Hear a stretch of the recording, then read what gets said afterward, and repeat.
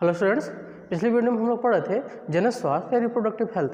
उस वीडियो में हम लोगों ने पढ़ा था परिवार नियोजन की विधियाँ, परिवार नियोजन का मतलब क्या होता है, आवश्यकता क्या है। इसके अलावा हम लोगों ने पढ़ा था बंध्याकरण या परनली शिशु, ये सारी चीज़ें हम लोगों ने पढ़ ली हैं। आज उसी के आगे टॉपिक हम पढ़ते हैं जो है उल्बेधन या एमनियोसेंटेसिस। ठीक है, ये शुरू करते हैं उल्बेधन या एमनियोसेंटेसिस। तो उल्बेधन या एमनियोसेंटेसिस एक ऐसी विधि है जिसके द्वारा गर्भावस्था में, भ्रूणीयावस्था में शिशु के आनुवांशिक संरचना का पता लगाया जाता है, उसके गुणसूत्रों की जांच की जाती है, उसमें कौन सी आनुवांशिक बीमारियां हैं ये पता की जाती है, या इसके अलावा गर्भस्थ शिशु की लिंग की जांच भी की जा सकती है। एक ऐसी तकनीक है जिसमें जन्म से पूर्व ही भ्रूण का स्वास्थ्य, लिंग या आनुवांशिक संरचना ज्ञात करते हैं। ठीक, मतलब एक ऐसी तकनीक जिसमें बच्चे के जन्म से पूर्व ही, जब बच्चा गर्भावस्था में होता है, उसी समय ही उसके शरीर, उसके गर्भ से, उसके भ्रूण से कुछ लिक्विड बाहर निकालते हैं, फिर उसी द्वारा ये पता करते हैं कि बच्चा स्वस्थ है कि नहीं स्वस्थ है, उसका लिंग क्या है, नर है या मादा, या उसमें कौन सी आनुवांशिक बीमारियां हो सकती हैं, ये सारी चीज़ें उसमें चेक की जाती हैं। इसी प्रक्रिया हम कहते हैं उल्बेधन या एमनियोसेंटेसिस। ठीक, आइए देखते हैं कि प्रक्रिया होती कैसे है। तो ये एक परिपक्व मादा गर्भाशय दिखाया गया है। ये दिखाया गया गर्भाशय के अंदर एक भ्रूण जुड़ा हुआ है अपरा से, और उसके किनारे किनारे एक झिल्ली है। तो इस झिल्ली के किनारे, मतलब इस झिल्ली के अंदर और गर्भ के बीच में यहाँ कुछ द्रव भरा होता है, मतलब कुछ विशेष प्रकार का द्रव भरा होता है। उस द्रव को हम कहते हैं उल्ब द्रव, या उसे एमनियोटिक फील्ड कहते हैं, एमनियोटिक फ्लूइड, सॉरी।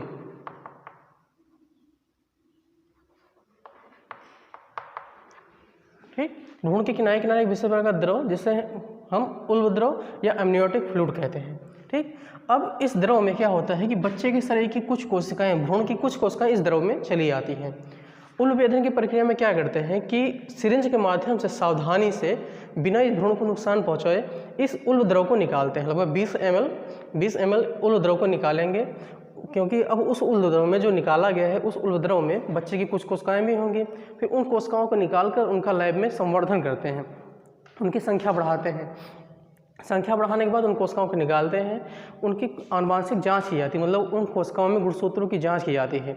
गुणसूत्र चेक किया जाता है, जिसके आधार पर पता लगाया जाता है कि बच्चे में कोई आनुवांशिक बीमारी तो नहीं है, कोई ऐसी बीमारी जो सही ना हो। कभी अगर कोई ऐसी बीमारी होती है सही करने लायक होती है, तो जन्म के पहले, जन्म के बाद वो सही कर दी जाती है मेन विधियों द्वारा।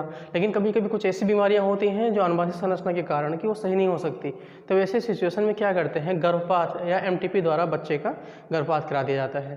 ठीक, तो उल्बेधन एक ऐसी तकनीक है जिसमें जन्म से पूर्व ही इस द्रव को निकालकर जांच की जाती है। इसके आधार पर पता लगाया जाता है कि बच्चे में कोई आनुवांशिक, मतलब बच्चे की आनुवांशिक संरचना क्या है, उसमें कोई आनुवांशिक बीमारी तो नहीं है, या इसी के द्वारा लिंग जाँच भी की जाती है। ठीक, मतलब इसके द्वारा लिंग जाँच भी की जाती है।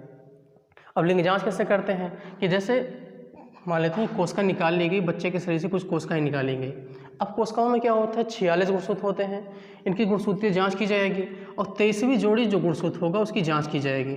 ठीक, 23वीं जोड़ी गुणसूत्र अगर लास्ट का XX है तो इसका मतलब ये मान लिया जाएगा कि होने वाला शिशु क्या है, फीमेल है, मादा है।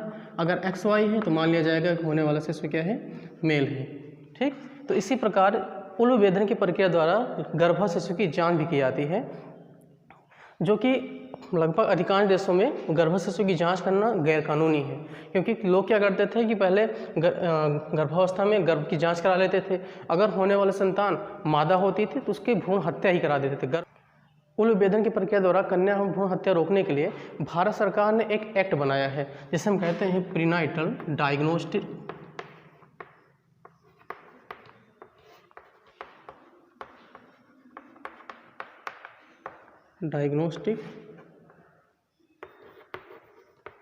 तकनीक एक्ट। ठीक, एक एक्ट बनाया गया है प्रीनाइटल डायग्नोस्टिक तकनीक एक्ट। इस नियम के अनुसार कि किसी भी पैथोलॉजी पर, किसी भी डॉक्टर के यहाँ कन्या भ्रूण हत्या कराना, मतलब कन्या गर्भस्थ शिशु की लिंग की जांच कराना पूरी तरह गैरकानूनी है। आप लोगों ने देखा भी होगा, बहुत सारे पैथोलॉजी पर लिखा होता है कि हमारे यहाँ भ्रूण की लिंग की जांच नहीं होती। तो हो गया उल्बेधन या एमनियोसेंटेसिस की प्रक्रिया, जिसके द्वारा क्या करते हैं, गर्भस्थ शिशु के लिंग की, उसके आनुवंशिक संरचना की तथा उसके स्वास्थ्य की जाँच करते हैं। अगला टॉपिक है यौन संचारित रोग या सेक्सुअली ट्रांसमिटेड डिसीज, जिसे हम कहते हैं STD। ठीक, तो जैसे कि नाम से पता चलता है, यौन संचारित रोग का मतलब कि यौन संबंधों से फैलने वाला रोग। ऐसे रोग जो यौन संबंधों के द्वारा एक व्यक्ति से दूसरे व्यक्ति में फैलते हैं उसी को हम क्या कहते हैं, यौन संचारित रोग या STD, या इसे रजित रोग भी कहते हैं। रजित रोग या यौन संचारित रोग, जो कि यौन संबंध द्वारा एक व्यक्ति से दूसरे व्यक्ति में फैलता है। वैसे तो बहुत सारे यौन संचारित रोग हैं, लेकिन जो हमारे सिलेबस में उसी पढ़ रहे हैं। यौन संचारित रोग जो होते हैं वो बैक्टीरिया से, वायरस से, प्रोटोजोआ से सबसे फैलते हैं, बहुत सारे माध्यम से फैलते हैं। तो हम एक एक के बारे में एक तरफ से पढ़ते हैं। सबसे पहले हम पढ़ेंगे कि बैक्टीरिया से कौन से यौन संचारित रोग होते हैं। जीवाणु से फैलने वाला सबसे पहला यौन संचारित रोग है उपदंश या सिफिलिस। उपदंश या सिफिलिस का जो कारक होता है वो होता है ट्रिपोनेमा पैलिडम नामक एक जीवाणु होता है, जिसके कारण उपदंश या सिफिलिस होता है। इस रोग में क्या होता है कि जो जननांग होते हैं उस पर संक्रमण हो जाता है, और जननांगों पर जो संक्रमित स्थान होता है वहाँ बैगनी रंग के चकत्ते बन जाते हैं, घाव बन जाते हैं। ठीक, क्वेश्चन में पूछा जाता है कि उस बीमारी का नाम बताइए जिसमें त्वचा पर या संक्रमित स्थान पर बैगनी रंग के घाव बनते हैं, चकत्ते बन जाते हैं। तो सिफिलिस में बैगनी रंग के चकत्ते बन जाते हैं। ठीक, शुरुआत में तो ये जो घाव होता है हफ्ते 2 हफ्ते में ठीक हो जाता है, लेकिन जब दोबारा फिर से संक्रमण बढ़ता है तो त्वचा पर, प्रसंचरण तंत्र में, या जो तंत्रिका तंत्र के अंग होते हैं वहाँ चिपचिपे पदार्थ सहित कुछ गिल्टियाँ बन जाती हैं। ठीक, शुरुआत में तो घाव ठीक हो जाता है, फिर बाद में जब संक्रमण फैलता है तो त्वचा पर या प्रसंचरण तंत्र के जो अंग होते हैं उनमें गिल्टियाँ बन जाती हैं, और अधिक संक्रमण होने पर बहुत अधिक ब्लीडिंग होती है, दौरे पड़ने लगते हैं, कभी कभी पागलपन भी हो जाता है, लकवा भी मार जाता है, पैरालिसिस भी हो जाता है। ठीक, तो सिफिलिस का ये एक यौनजनित रोग। ठीक, अब अगली बीमारी है सुजाक या गोनेरिया। सुजाक या गोनेरिया जो है ये भी एक यौन संचारित रोग है, जिसका कारक है निसेरिया गोनेरी नाम का एक जीवाणु। निसेरिया गोनेरी नाम का जीवाणु इसका कारक है सुजाक या गोनेरिया का। इसका जो लक्षण है, मतलब ये होता कहाँ पर है, तो ये स्त्री और पुरुष के मूत्रमार्ग में इसका इन्फेक्शन होता है। इसका जो इन्फेक्शन होगा मूत्रमार्ग में इन्फेक्शन होता है, जिसके कारण जब इन्फेक्शन हो जाता है तो मूत्रमार्ग में सूजन आ जाती है और मूत्र त्याग के समय, बाथरूम के समय जलन होती है। ठीक, तो ये एक बीमारी हो गई सुजाक या गोनेरिया। लक्षण लगभग हर बीमारी में, जितने भी शायद बीमारियां हैं यौन संचारित बीमारियां, उनमें लक्षण लगभग मिलते जुलते हैं। तो आप लोगों को सबसे प्रमुख याद करना कि कौन सी बीमारी है, बीमारी का कारक, ये 2 चीज़ें बहुत याद करनी है। देखते हैं विषाणुओं से होने वाला रोग। तो विषाणुओं से होने वाला जो सबसे प्रमुख रोग है वो है एड्स, जिसे हम कहते हैं, जिसका फुल फॉर्म है एक्वायर्ड इम्यूनोडिफिशियेंसी सिंड्रोम, या हिंदी में से कहते हैं उपार्जित प्रतिरक्षा न्यूनता सिंड्रोम या संलक्षण। मतलब एक ऐसी बीमारी है जिसमें शरीर की जो रोगों से लड़ने की क्षमता होती है, जो प्राकृतिक क्षमता होती है प्रतिरक्षा की, वो खत्म होने लगती है धीरे धीरे। ठीक, मतलब एड्स एक ऐसी बीमारी है जिसमें रोगों से लड़ने की क्षमता धीरे धीरे नष्ट होने लगती है। ये होता किसी कारण है, तो इसका जो कारक है, इसका जो वाहक है वो है इसका जो कारक है वो है HIV नाम का वायरस। इसका पूरा नाम है ह्यूमन इम्यूनोडिफिशियेंसी वायरस, मानव प्रतिरक्षा न्यूनता वायरस। ठीक, मतलब एक ऐसा वायरस है जिसके कारण HIV बीमारी एड्स का नाम बीमारी होती है। एड्स का पूरा नाम है एक्वायर्ड इम्यूनोडिफिशियेंसी सिंड्रोम, HIV का पूरा नाम है ह्यूमन इम्यूनोडिफिशियेंसी वायरस। अब ये होता कैसे है, तो ये भी होता है असुरक्षित यौन संबंध से। 2-3 प्रमुख कारण हैं। सबसे पहला है असुरक्षित यौन संबंध, दूसरा है संक्रमित सिरिंज का प्रयोग करना, और तीसरा है गर्भवती माता से उसके बच्चे को। ठीक, इसके अलावा 1-2 और हैं, वो जब डिटेल में आगे के चैप्टर में पढ़ेंगे तब बताएंगे। अभी इसमें हमें इतना ही पढ़ना है। बीमारी का नाम, बीमारी का कारक, बीमारी का होने का तरीका क्या है, असुरक्षित यौन संबंध, संक्रमित सिरिंज का प्रयोग, और गर्भवती महिलाओं से उसके होने गर्भावस्था में शिशु को।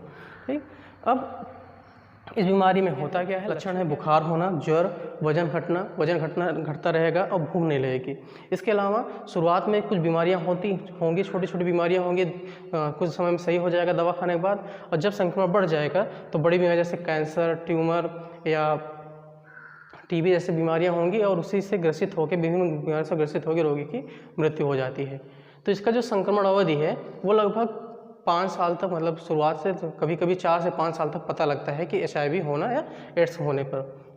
अब इसका एक जांच होता है, HIV का जो टेस्ट होता है हम यहाँ लिख दे रहे हैं। इसका जो टेस्ट होता है उसका नाम है एलिसा नाम का एक टेस्ट होता है, उसी से पता लगता है कि HIV हुआ है नहीं।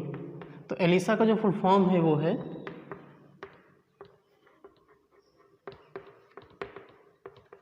एंजाइम लिंक्ड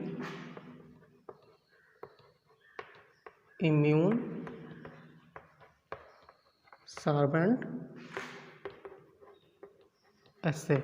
ठीक, एलिसा टेस्ट के द्वारा ही एंजाइम लिंक्ड इम्यून सार्बेंट एस्से, यही एक टेस्ट है जिसके द्वारा पता लगता है HIV वायरस के एड्स के होने का। एड्स की बीमारी में यही जांच की जाती है, एलिसा टेस्ट। पूछा जाता है कि एलिसा का फुल फॉर्म बताइए, या वो कौन सा टेस्ट है जिसके द्वारा HIV का पता लगाया जाता है। तो एलिसा या एंजाइम लिंक्ड इम्यून सार्बेंट एस्से, इसी के द्वारा HIV का पता लगाया जाता है। अगला वायरस जनित रोग है जिसे हम कहते हैं जनांगों का हर्पीज़ रोग, जेनाइटल हर्पीज़। ठीक, इसका कारक क्या है? इसका कारक है हर्पीज सिम्प्लेक्स वायरस सिकेंड, मतलब हर्पीज सिम्प्लेक्स वायरस सिकेंड या HSV सिकेंड इस रोग का कारक है। ये एक विषाणु है जिसके कारण ये रोग होता है। लक्षण क्या होता है? तो इस बीमारी में जनांगों पे सूजन हो जाते हैं। ठीक, उस पर घाव हो जाता है, बहुत ही अधिक पीड़ा होती है, पेन होता है। जो जनांग होते हैं उन पर सूजन होगी, उन पर घाव बन जाएगा और पीड़ा होगी। इसके अलावा चेहरे और मुँह पर भी घाव हो जाते हैं। ठीक, चेहरे और मुंह पर भी घाव हो जाते हैं। अगली बीमारी है जनांगों के मस्से, जेनाइटल वार्ड। ठीक, वार्ड मीन्स होता है छोटे छोटे उभार, जो त्वचा पे छोटे छोटे उभार निकल आते हैं एक गांठ के रूप में, उसी को कहते हैं वार्ड्स। तो इसका जो कारक है यह मानव papilloma virus, human papilloma virus HPV, ये इसका कारक है, इसी कारण ये रोग होता है। इस बीमारी में होता क्या है कि स्त्री के जनांग होते हैं उसमें मस्से निकल आते हैं। ठीक, स्त्री के जनांगों में मस्से निकल आते हैं और बाद में वही मस्से कैंसर का रूप ले लेते हैं। ठीक, मतलब स्त्री के जनांगों पे मस्से निकल आते हैं और वही मस्से विकसित होकर कैंसर का रूप ले लेते हैं। अब इसका उपचार क्या है? तो इसका उपचार है कि लेजर सर्जरी विधि द्वारा इसका उपचार किया जाता है, मतलब ऑपरेशनल द्वारा, लेजर सर्जरी द्वारा इसका उपचार किया जाता है। या एक दवा होती है जिसे कहते हैं अल्फा इंटरफेरॉन द्वारा इसकी इलाज की जाती है जनांगों के मस्से का, जेनाइटल वार्ड, जिसमें स्त्री के जनांग में मस्से निकल आते हैं। तो लेजर सर्जरी द्वारा इन मस्से को नष्ट कर दिया जाता है, या अल्फा इंटरफेरॉन द्वारा इसकी इलाज की जाती है। सिलेबस का आखिरी जो चैप्टर है, आखिरी टॉपिक है, यह है यकृत शोथ या हेपेटाइटिस। ठीक, यकृत शोथ इसीलिए कहते हैं क्योंकि इस बीमारी में जब संक्रमण हो जाता है तो जो यकृत की कोशिकाएं होती हैं वो क्षति होने लगती हैं, उनकी वो नष्ट होने लगती हैं। यकृत की कोशिकाएं नष्ट होती हैं, इसलिए इसे यकृत शोथ भी कहते हैं। ठीक, अब इसका जो कारक है वो है hepatitis B virus, HBV। Hepatitis B virus के कारण हेपेटाइटिस या यकृत शोथ की बीमारी होती है जिसमें यकृत की कोशिकाएं नष्ट होने लगती हैं। लक्षण क्या है? तो प्रारंभिक अवस्था में, जब प्रारंभिक अवस्था में संक्रमण होता है तो रोगी को फ्लू हो जाता है। फ्लू में सर्दी जुकाम हो जाएगा, फिर उसके साथ साथ मिचली आएगी। ठीक, और भूख लगना कम हो जाएगा, भूख नहीं लगेगी। उसके अलावा संक्रमण के ज़्यादा होने पर, जब संक्रमण और तेज़ हो जाएगा तो पीत ज्वर या जॉन्डिस हो जाएगा, रोगी को चक्कर आएगा, और अत्यधिक संक्रमण के मामले में कभी कभी रोगी की मृत्यु भी हो जाती है। ठीक, प्रारंभिक अवस्था में फ्लू होगा, मिचली होगी, भूख नहीं लगेगी। संक्रमण के बढ़ने पर पीत ज्वर हो जाएगा, चक्कर आएगा और अत्यधिक संक्रमण हो जाएगा तो रोगी की मृत्यु भी हो जाती है। इस बीमारी का कोई विशेष उपचार नहीं है। जब बीमारी हो जाती है संक्रमण की अवस्था में, रोगी को आराम करना, बहुत ही संतुलित भोजन करना चाहिए, उससे बहुत ही आराम की आवश्यकता होती है। या इसके अलावा हेपेटाइटिस बी वैक्सीन बनाई गई है, हेपेटाइटिस बी वैक्सीन या HBV कहते हैं। HBV हेपेटाइटिस बी वैक्सीन है जिसकी 3 खुराक लेने पर जीवन भर हेपेटाइटिस बी होने की संभावना बहुत ही कम हो जाती है। तो ये हो गया विषाणुओं से होने वाले यौन जनित रोग। जो इसके साथ ये चैप्टर खत्म होता है और इस चैप्टर के साथ ये यूनिट जनन भी खत्म होता है। अब हम अगली वीडियो में आपको पढ़ाएंगे सेकंड यूनिट आनुवांशिकी या जेनेटिक्स। ठीक, जिसमें हम पढ़ेंगे आनुवांशिक सिद्धांतों के बारे में, कौन कौन से आनुवांशिक नियम हैं, कैसे लक्षण एक पीढ़ी से दूसरी पीढ़ी में ट्रांसफर होते हैं, इसके अलावा कौन कौन से आनुवांशिक अणु हैं, उनकी संरचना क्या है, वो कैसे काम करते हैं, ये सारी चीज़ें आपको आगे वीडियो में बताएंगे। तो मिलते हैं आपसे अगली वीडियो में। Have a nice day.